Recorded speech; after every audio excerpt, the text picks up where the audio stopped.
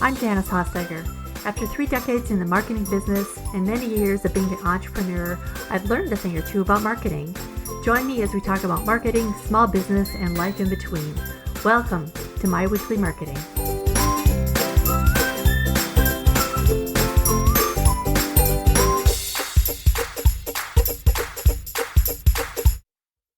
Have you ever felt compelled to make a purchase? Who hasn't, right?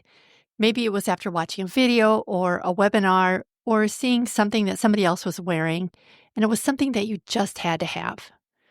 Chances are some form of consumer psychology pulled you in. Truthfully, psychology is something that we all use every day, even from childhood. We learn that if we share our toys or help others, they're more likely to share theirs too. That's reciprocity. Or in our teen years, we mimic the behaviors of others around us and it influences us. That's how I got in trouble in high school for getting an additional piercing. Avoiding psychology in marketing is nothing new. Of course, we need to adhere to ethical guidelines and avoid tactics that could exploit others, but truthfully, persuasion in psychology is baked into marketing. My guest on the podcast today loves to talk about this as much as I do. Adam Ortman is an author, a president and founder of Kinetic 319, which is a marketing and advertising agency headquartered in Denver, Colorado. As a consumer psychologist, Adam navigates the thrilling intersection of media, technology, and analytics. He's collaborated with dynamic brands such as United Health Group, Nike, American Express, Kellogg, and many others. Adam talks about what we need to know as small business owners about applying consumer psychology in our own businesses. Here's my talk with Adam. Hey, welcome to the show, Adam. Thanks, Janice. How are you? I'm doing well. I love that we're talking about like the intersection between business and psychology. And I am a true marketing nerd, and it's a big reason why I got into marketing to begin with. But how did you get into marketing psychology and consumer behavior? I am obsessed with consumer psychology and behavior. And honestly, if I didn't think that it would truly exhaust me and probably put me in the grave, I would probably be a PhD in it. But no, I do love it. I love how it allows us to understand theory of behavior, but with marketing, we actually get to see it in practice. And honestly, there's not a lot of sciences and the personal sciences that allow us to do that. And I am right there with you. I'm a big marketing nerd and I love it. That is interesting because I've never thought about that. But really, marketing is a sort of a laboratory for psychology in a way. And if your brand is not testing in any way, shape, or form in regards to your website or in regards to what words you're putting on your advertisements or maybe a person versus a product, those are actual psychological signals that you're testing in real life. And I think that so many businesses are doing it today and they're not actually realizing that they're doing it. Yeah, that is interesting because I've never thought about it in that way before. So, did you just wake up one day and say, "This is where I want to be," or it's like, how did you get here as running an agency and all the Yeah. things? Do you want to know a very embarrassing story? Oh, yes, The movie What Women Want with Mel Gibson. Have you seen it? yes, yes. So, What Women Want, he is an advertising executive and he is pitching Nike. And in the movie, he is known to be kind of this man's man, sports liquor type of advertiser. And he has to really change his whole life and perspective. And really, the movie is about him learning the inner thoughts of women around him in the world. And this actually helps him in his pitch because he's pitching not only Nike, but Nike women's division. And the journey that he takes and ultimately the pitch that he does at the end of the movie to the heads of Nike, um, it was me watching that movie and I said, that is what I want to do with the rest of my life. And it was Mm. that when I started getting my bachelor's in marketing, my master's is in communications with an emphasis in consumer psychology. And, I started very early on in agency world and I started, when I was 18 in Southern California, my first agency job, um, before Google was even the Google that it is today. Mhm. And ever since then, I've been baking real consumer behavior and consumer psychology into marketing ever since. Mm, very, very cool. So I just want to clarify something here. I feel like it's kind of the elephant in the room. When we're talking about marketing psychology or consumer psychology, we're not talking about evil subliminal messages hidden in an ad or a drink Coca Cola words flashed on a movie trailer, right? We're talking about like the sort of psychology that we use every day without even realizing it. You're absolutely right. You're absolutely right. And Yeah. honestly, I think that it's really best practice for brands to think about this because to your point, it's not about the annoying pop-up ad. It's not about, the strobing subliminal message. It's not about that. It's about a brand's understanding of its customer's life and Mhm. understanding your customer and the degree of what does your product or service how does it really impact your customer's life? And how do you seamlessly interject or align your brand with that customer's life? And that's really where the true magic of brand and customer come together. And that is leveraging that psychology of, understanding empathy for your customer and having a true understanding of the struggles that they may have or the motivations and priorities that they have as people um, and having a true conversation between your brand and that customer. That's how I really define consumer psychology in the way that marketing should be. Mhm. Mhm. So we're not talking about anything that's overtly manipulative or smarmy. What we're talking about is really understanding that customer and getting to the root of where you're doing them a service because you are providing them with something that they really want, right? Exactly. Exactly. Yeah. And there might be indicators, right? So things that they may be searching on Google or maybe videos that they're watching on YouTube that allow brands to kind of gather information around maybe that person might be interested in my product or service. That's also a form of consumer psychology is that you're allowing some of those activities that you're doing in the real life or even online and aligning those with potential indicators that you might be interested in a business. Mm. So my listeners are mostly small businesses. How can they use now they don't necessarily have access to, a lot of big data. Of Although they course. probably have access to more of it than they realize actually. Yes, Um, they do. so how would you approach them about crafting effective marketing messages using consumer psychology and consumer behavior? Of course. Well, first off, I love that your viewership and listenership is primarily small businesses because there is not a more resourceful, hardworking person than a small business owner and people that lead small businesses. Coming from a family of five generations of small business owners, I truly can empathize with each and every one of you. You have the highest of highs in your decision to be a small business owner, and you have the lowest of lows. And it is a roller coaster, but is one that I personally would never change for myself. But I definitely empathize with all of you. But to your point about this idea of consumer psychology in audiences and things of that nature should not scare you because even small businesses have access to this technology and this type of theme today. And I just used the word audiences. And if you are starting a new business, if you're looking at just maybe starting to advertise or starting to market yourself.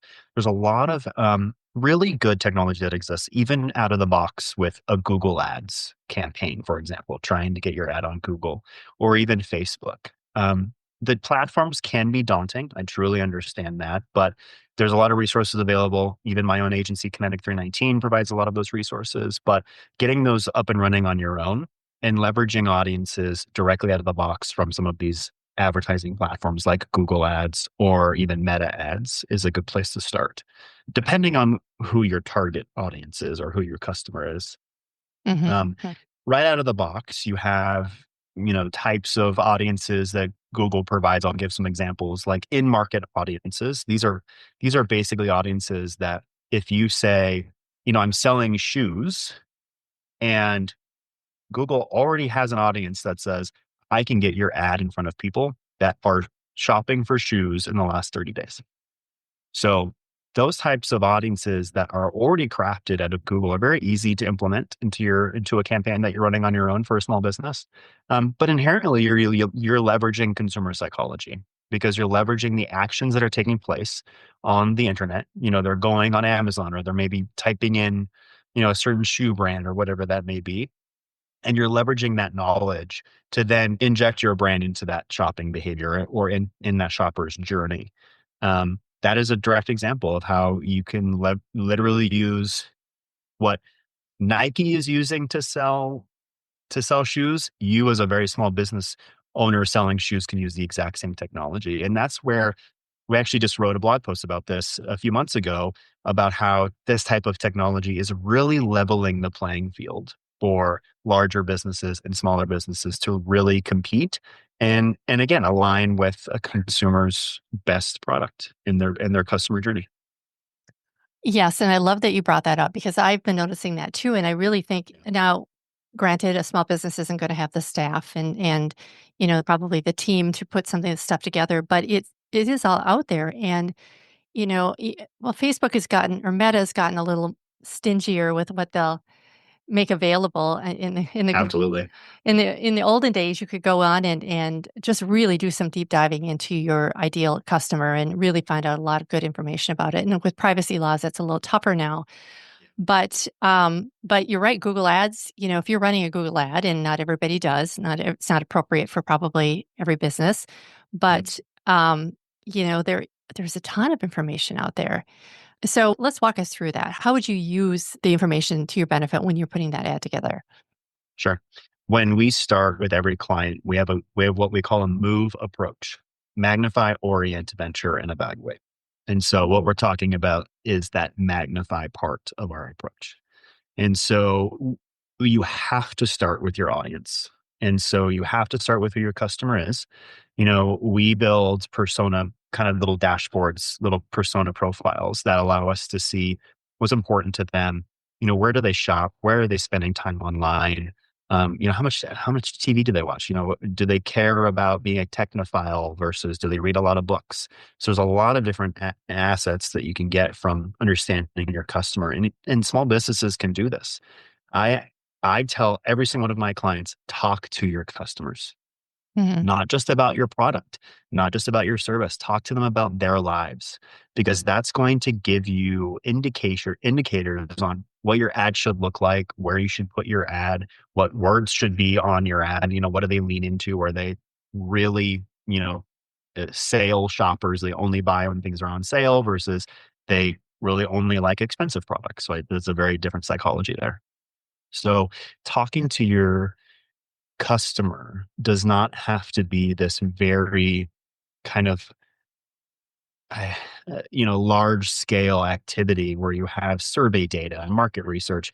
Just have a conversation with them. Even a 5% off coupon to have 20 minutes of their time is gold when it comes to understanding your customer and how that can translate into bettering your business as a whole, but also in the marketing world as well. So Mm. I always start there, Janice, in regards to getting magnification on your customer. Something you should also be thinking about is what your competitors are doing. So just Googling your competitor's name, for example. Are they running ads? Where are they showing up on the internet? And also, the chat GPTs and AIs of the world are making a lot of this research easier. So you can ask the AI to help you pull data for your audience, for your competitor. I would say, definitely do some fact checking with Checking. those types of tools. But they can be very, very useful, especially if you're on a budget. And because some of these things are free to people, they're great, great resources. Yeah, yeah. And even if you don't necessarily know, like, because, a lot of times people will put together a new product and they will have conversations, but with their existing clients, but maybe it's a different customer, even doing some review mining, going through Amazon or uh, other review site or other your competitors perhaps, I and love looking that at idea. what other people have done and said about it, and then go ahead and kind of get some feedback from that too. So that's That's great. I love that you're having that conversation because you really, it's sometimes you just really need to get behind the objections that people have too and really Yeah. understand them at a deeper level. And you really can't, it's harder to do that unless you have a conversation. You don't necessarily need a whole focus group. You do not. And I empathize with this topic, and it kind of just came to me as you were explaining this, is when I started Kinetic 319, prior to doing so, I reached out to folks in my network that I have worked at for many, many years. And these are now heads of many big players, United Healthcare, Yamaha, Kellogg, etc. And I was doing this research and I asked them, if you changed your agency or if you brought your advertising in-house to do it yourself, what were the motivators by you doing that? Obviously, they all came with a variety of answers, but there was a single thread across each of them, which was my agency does not know my business. Really? That became my differentiator when I started Connect 319. It's still on the website, still on all of our collateral, is that we seek to be the agency that knows your business better than any other agency team. And we've baked in a lot of proprietary processes and things in order for us to do that. So for example, we experience all of our clients as brands. We just signed a physical therapy brand that has franchises all over the country. And all of us, including myself, made an appointment, went into the office, actually did the appointment and lived the brand. No agency is doing that today. And it's been very, very fun. But that's a direct example of me doing research, identifying a need or a niche, and Yeah. understanding the problem or the pain point that the customer has, and then adjusting your business accordingly.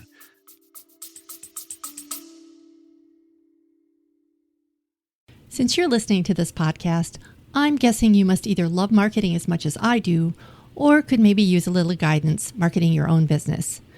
So why not download my free marketing playbook featuring the Trail to the Sale framework? It'll take you through each step of the buyer's journey so you know exactly what to do to nurture your audience in a way that's right for you right now. No more marketing overwhelm. Just visit JaniceHostiger.com/trail and you'll be on your way.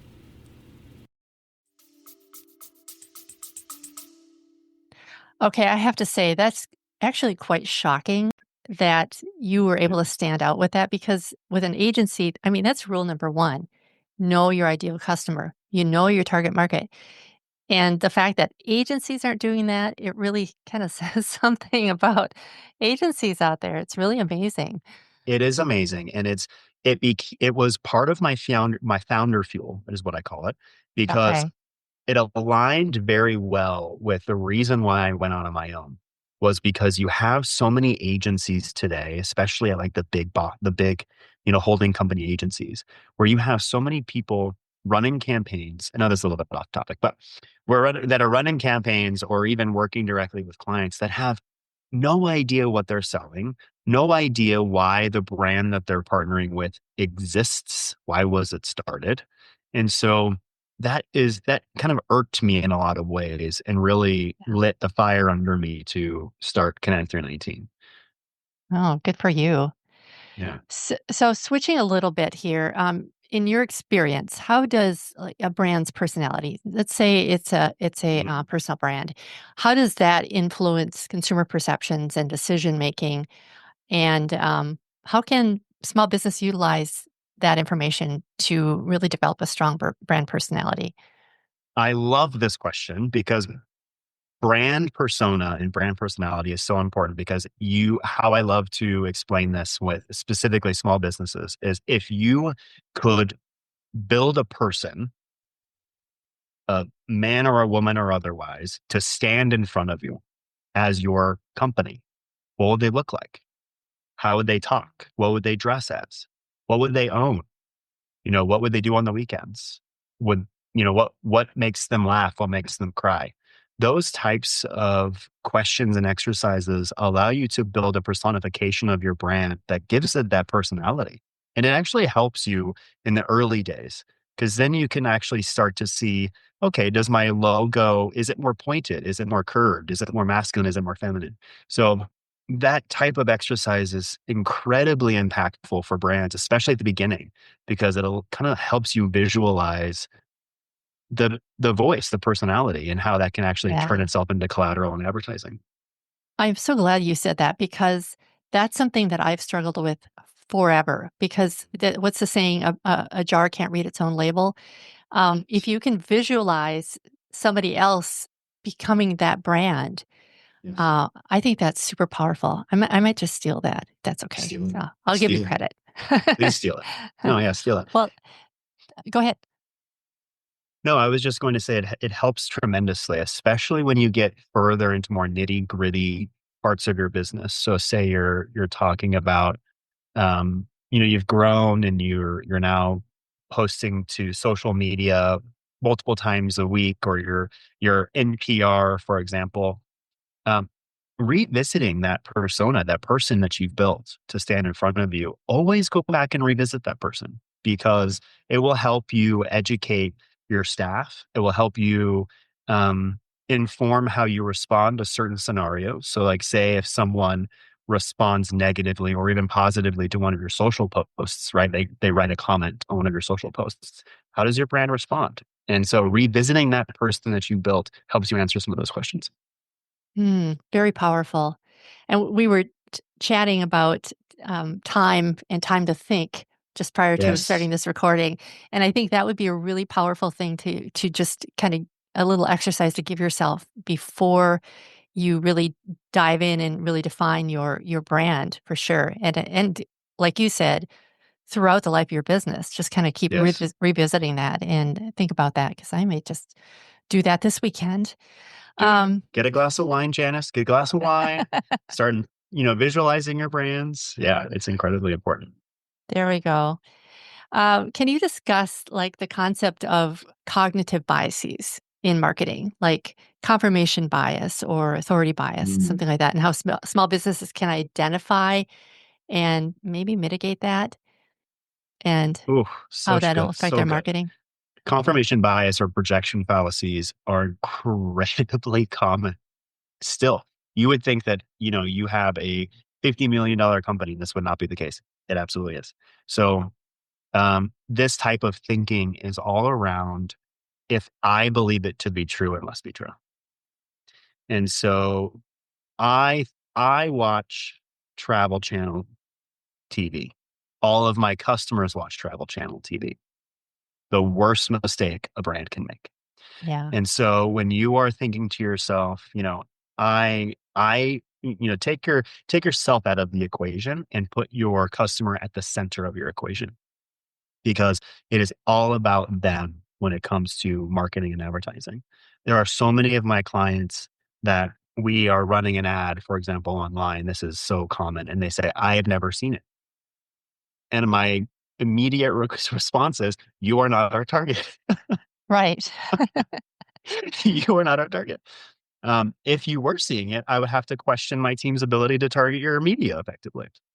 So Yeah. that type of confirmation bias, or even projection fallacy of projecting your own thoughts and your own personal opinions onto a larger population like your customers, incredibly common, but also a very big mistake in my mind. Understand your customer and then leverage that information to tailor your efforts, whether that's the conversations you're having in store or even type of ads that you're doing online. Yeah. I always recommend just printing off your persona, all their attributes, their interests, sticking it right on the wall in front of your desk. So every email you write, everything you do on their website is geared toward them because it's so easy to get in your own head and think, well, if I like that, they must as well. And You are we so see right. that all the time on social media, but that's a whole another conversation. But just really remember that it's. I mean, there are some cases where there may be some overlap for sure, but it's just Oh, really absolutely. understanding Absolutely. that individual. Yeah. Yep. And So. also revisit your personas. So every about six Mm, to 8 months, that person that you've taped up to your side of your wall, revisit them, right? Even maybe uh, resurvey your client, maybe re-talk to them, or even pull some data, because there's a lot of vendors now that you can actually get a large, robust CRM list of email addresses of your customers, for example. You can actually have that profile to say, this is, above average, this is below average, those types of things, on different indicators, whether it's demographic or even behavioral. I always recommend between 6 and 8 months. always just doing a quick reglance at that persona profile because new technology is always coming out. Macro environments and political environments and economic environments are constantly changing. So it's important to revisit those as well. Okay, so break down what you said and talk to me like I'm five with the CRM list. So tell me exactly what that would look like. So how would you go about doing that? So your CRM is your customer relationship management CRM Yeah, platform. yeah, yeah. These are platforms like, HubSpot is probably the biggest one that everyone knows about. You can also look at Salesforce as being a CRM, or there's a lot of different types of these types of products. I personally love HubSpot. We even use it for ourselves. It's free to get started. Like, why wouldn't you use Mm-hmm. something like that? Mm-hmm. It's really a place for you to collect all of your customers' information. So their name, their email address, maybe their mailing address. You can also incorporate some of the notes that their transaction history. Those types of things are all things that you should put into your CRM. And if you have a robust list of these customers that you've saved over time, you can actually take out all of those email addresses and work with a vendor. We have multiple of them. Semcasting is one of them, where they have a lot of data that they collect basically from a variety of different of sources, whether that's Amazon shopping data, IP address data, etc. And allows you to then say, this group of people index higher. I guess I wouldn't really say index if you were 5 years old, but they are more likely to hit certain types of criteria across varying behaviors. If they're more thrifty shoppers versus luxury shoppers, or if they are late night shoppers versus early morning shoppers. There's a lot of different criteria that you can use, but that practice is very good. Oh, okay. Okay. That does make a lot of sense. All right. So I thought it'd be fun to play a little game.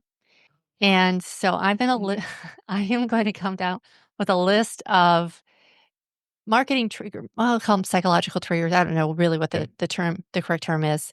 And have you talk a little bit about each one and maybe give us an example and define how business owners could use it. Small business owners can use it in their marketing. And some of these, I I think can't guarantee businesses. that I know all of these, so Oh, I we'll bet see. you We'll see. do. I think actually small businesses are probably using these already without realizing it because they're so baked into our culture and everything. So Mhm. we'll start with number one, social proof. Oh, I love social proof. So all of the reviews, all the testimonials, your neighbor that's recommending your dog groomer, all social proof. So incredibly powerful, and honestly the oldest form of marketing that exists today. So Hmm, maintain it, stimulate it, and whatever you can do, use it to your advantage as a business. it's word of mouth. Your word of mouth. Scarcity.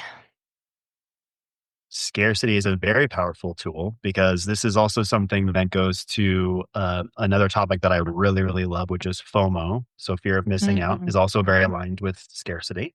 So, which I know FOMO was kind of like a hashtag for many years, but it actually became an actual condition, a psychological condition, a couple of years ago when it was published. But scarcity is basically the inventory or the products are going to run out and I don't get one. So mhm, I need to move faster, right? So scarcity is often used within ads like a countdown, for example. So you only have 35 minutes and 12 seconds and 11 seconds and 10 seconds before the sale is over. That's an example of scarcity. mhm. So if you're a coach or consultant, maybe launching something a couple of times a year or having a promotion a couple of times a year for a limited amount of time, and people use that all the time in retail even. Yeah. So Yep. just to get people to act quickly. Scarcity will always stimulate demand. That is an economic law. Yep. Love it. Love it. I've certainly used it. Authority. I mean, I would absolutely favor a plumber who has many decades of certifications under their belt and the authority to conduct the service in my home versus a painter that's never done plumbing before in his life or her life to come in and do work. So authority really just bolsters your ability to aligned your customer's expectation of a product and service versus your ability to provide it. So authority allows you to have that communication. And I always think authority should be established pretty fast, like in that Yeah. awareness stage. Show people that you are an authority in your space before. It's just it comes across stronger that way to me, and it's just kind of what I recommend. I always ask myself whenever I'm talking to potentially a new client that I'm pitching, or maybe even a new business sector, why should this person believe me? And Mm, or even listen to me or take me seriously. Those are all really good authoritative practices. love that question. Reciprocity.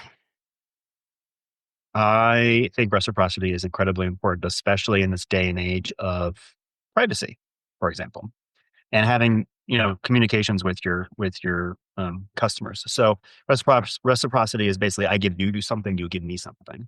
And so in this day of everybody wants your email address, right? Everybody Uh-huh. wants your data. What are you as a brand going to give them for it? And Right. so that's why I'm a very big proponent of value exchange, which is really that reciprocity idea. So if you are, you know, going to ask for someone's email address, potentially add them to your newsletter or just get them into your kind of communications universe, maybe give them a 5% off coupon or a 10% off coupon. You see that a lot today. And that's really the idea of reciprocity, of making that relationship a bit more transactional and exchanging value in both directions. And I've noticed because I've been in this business for a while that I think people expect a little more now. It's not like, They here, do. take this free thing. Just give me your email address. People will say, yeah, I don't think it's worth my email address. So I think you really have Yeah, to make it probably step up valuable. a little more. Yeah, yeah, it does have to be valuable. Price anchoring. Ooh, this could go a couple different directions. Give me a little bit more of what you're thinking with price anchoring. So I'm thinking about maybe presenting a higher priced option first to make the subsequent option seem a little more affordable. Mm. They could also Uh, go in the opposite direction because if you want to say, come buy our dresses as low as 15.99, but there's only one dress that's 15. Gotcha. Yeah. Oh, I Yeah. see what you mean by that. Yeah, so price anchoring is a good strategy because it gets people in the door, right? And you're looking to be attractive in one direction or the other. So, you know, cheaper or maybe, get up to this is that type of price anchoring. Get up to 75% off, right? Mm, That is an idea of price anchoring where there might be only one item that's 75% off, right? It's a little bit of a smoke and mirrors for a lot of marketers. mm. I've never thought about price anchoring like that. I always think of it as the way I talked about, but you're right. It goes both ways. Love it. How about personalization?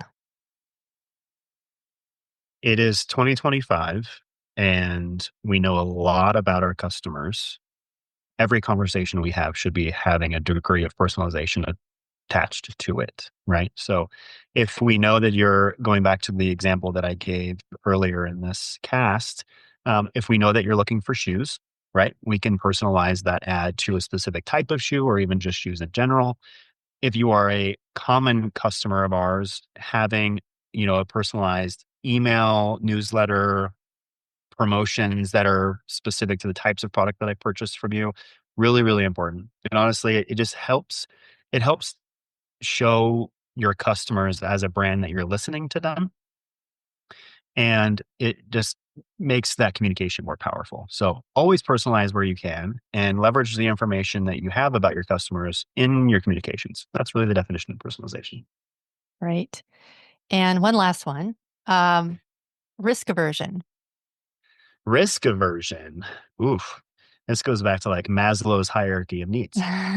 Risk aversion is you can go in a lot of different ways, either like your physical risk or your recent or your scarcity example is also another one because you want Uh-huh. to avert your risk in not purchasing a product or purchasing a service when it was happening. So I would actually tie those two, unless you had a different example, the scarcity and risk Um, aversion.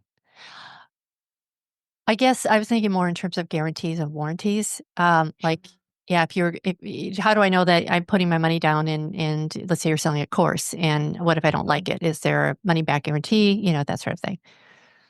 Yeah, But free returns, those types of yeah, things. yeah, Yeah, it breaks down those barriers of entry, especially when you're looking at, a potentially high valued item or service. People want to know that they have an ability to get back their money if something doesn't pan out as expected. Yeah. right, right. Well, I would say you get a gold star. You did very well. Oh, thank you. Thank you. Some of them were a little, I feel like I could have answered some of them better, but anyway. No, no, I think you did a great job. So, how can people find out more about you and your agency? Absolutely. www.kinetic319.com. You can also follow us on Facebook, on LinkedIn, on Twitter. We're posting multiple times a week. Actually, something that's really good for specifically this audience is every week we have a Stay Kinetic tip. And these are tips that are incredibly important if you're launching your first campaign, or if you're launching on social media, or if you're building content for yourself, even things to a specific setting that you can set a Google campaign to help you optimize, because Google is always trying to make money. So Yeah. Stay Kinetic tips every week is on all of our socials. So definitely follow our socials. There's another thing that's actually launching here in the next week, which is very, very exciting. It's called the Get Moving package. So we as Kinetic 319, we're working with, a number of clients across industries that are typically larger in size. These are individuals that were on a monthly retainer, but we also recognize the need for small businesses that are wanting to just get started. And the enormous anxiety that comes with building a campaign and setting up website tracking and, getting dashboards and analytics, I think that can be very, very overwhelming. So the Get Moving package with us, with Connect 319, actually helps you, excuse me, put all of that together in one package, and we basically hand it back to you, completely built, and you know that you can actually start advertising in the right way. So that's launching next Oh. week, which is very exciting, depending on when this cast goes live. But you can find that at connect319.com as well. All right. We will put all the links in the show notes. Wonderful. Thank you so much, Adam. I learned a lot, and I'm guessing my audience did as well. So appreciate it. I hope they did. And thank you very much for having me on. Thanks so much for tuning in today. I hope you found today's episode informative and empowering. If you enjoyed what you heard, please don't forget to hit that subscribe button on Apple Podcasts, Spotify, or wherever you get your podcasts. Your support means so much to me. You can find the show notes for today at myweeklymarketing.com/97, where I share the links to anything we talked about in this episode. So until next time, keep pushing forward with your marketing and making a positive impact in your business. Thanks again. See you next time. Bye for now.